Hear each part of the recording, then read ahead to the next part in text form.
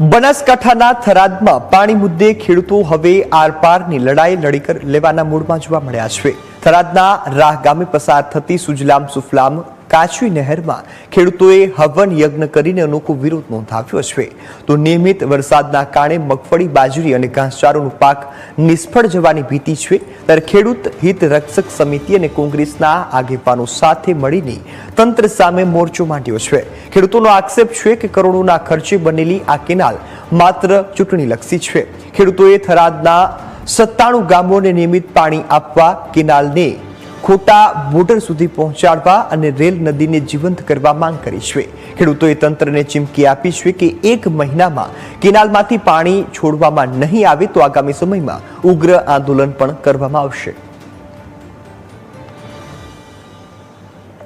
તો હાલમાં ખેડૂતોએ યજ્ઞ કરી અને અનોખો વિરોધ નોંધાવ્યો છે। સરકારની આંખો ખોલવાનો પ્રયાસ કર્યો છે। સુજલામ સુફલામ કેનાલમાં પાણી છોડવામાં આવે તેવી માંગ કરી છે।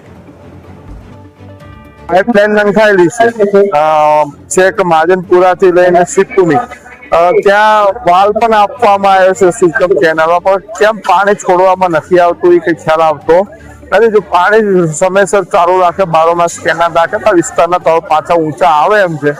અને સરકારને ખેડૂતો પ્રત્યે લાગણી, ઉદ્યોગો માટે જો પાણી જોઈતું હોય તો સરકાર 24 કલાક આપે, પણ ખેડૂતોને પાણી જોઈએ છે નથી આપતી। એના વિરોધમાં આજે અમે અહીંયા એમને સદબુદ્ધિ મળે અને કમિશનોના ધંધા બંધ કરે, હપ્તાખોરીના ધંધા બંધ કરે અને ખેડૂતોનું સારું થાય, ખેડૂતોના ખેતરમાં પાણી મળે, ખેડૂતોને ભૂગર્ભ જળ સમૃદ્ધ થાય, ખેડૂત સમૃદ્ધ થાય, એના માટે વિચારતા થાય। એના માટે ભગવાન આગળ પ્રાર્થના કરી છે, સરકાર આગળ કરીને થાક્યા છે। આજે સદબુદ્ધિ યજ્ઞ ભગવાનને પ્રસન્ન કરવા અને ભગવાન એમને સદબુદ્ધિ આપે એના માટે ખેડૂતો સૌ ભેગા મળીને આજે યજ્ઞ કર્યો।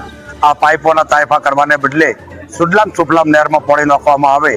ડેમ અત્યારે 100% ભરાયેલો છે, સરદાર સરોવર ડેમ। પાણીની કોઈ કમી નથી, પાણીની કોઈ અછત નથી, પણ આ લોકોને પાણી આપવાની નીતિ નથી। ખોટું પાણી અત્યારે રણમાં વહી જાય છે, એના બદલે ખેડૂતોને આપે એના માટેની અમારી આ માગણી છે। અને આ માગણી જલ્દી પૂરી નહીં થાય તો અમે ગાંધી ચિંધ્યા માર્ગે આંદોલન કરી અને આ સરકારને ઝુકાવશું અને પાણી લઈને જંપીશું। આ જે મોટી પાઇપલાઇનનો ખર્ચો કર્યો છે એ અમે અત્યારે 10 વર્ષથી મેં મોગીલાલે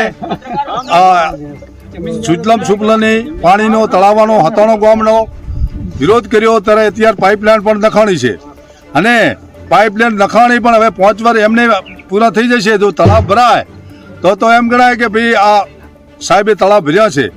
અને અધા તો ગામડે પાઇપલાઇન પણ નખાઈ રહી હતી, તળાવ કોરા પડ્યા છે। હવે સુજલામ સુફલામમાં પાણી નાખે, પાઇપલાઇનથી તળાવો ભરે, અમુક બધે તળાવો ગામમાં 1 આપ્યું, 2 આપ્યા, અમુક 5 આપ્યા, લાગ વળગ ચલાવે છે।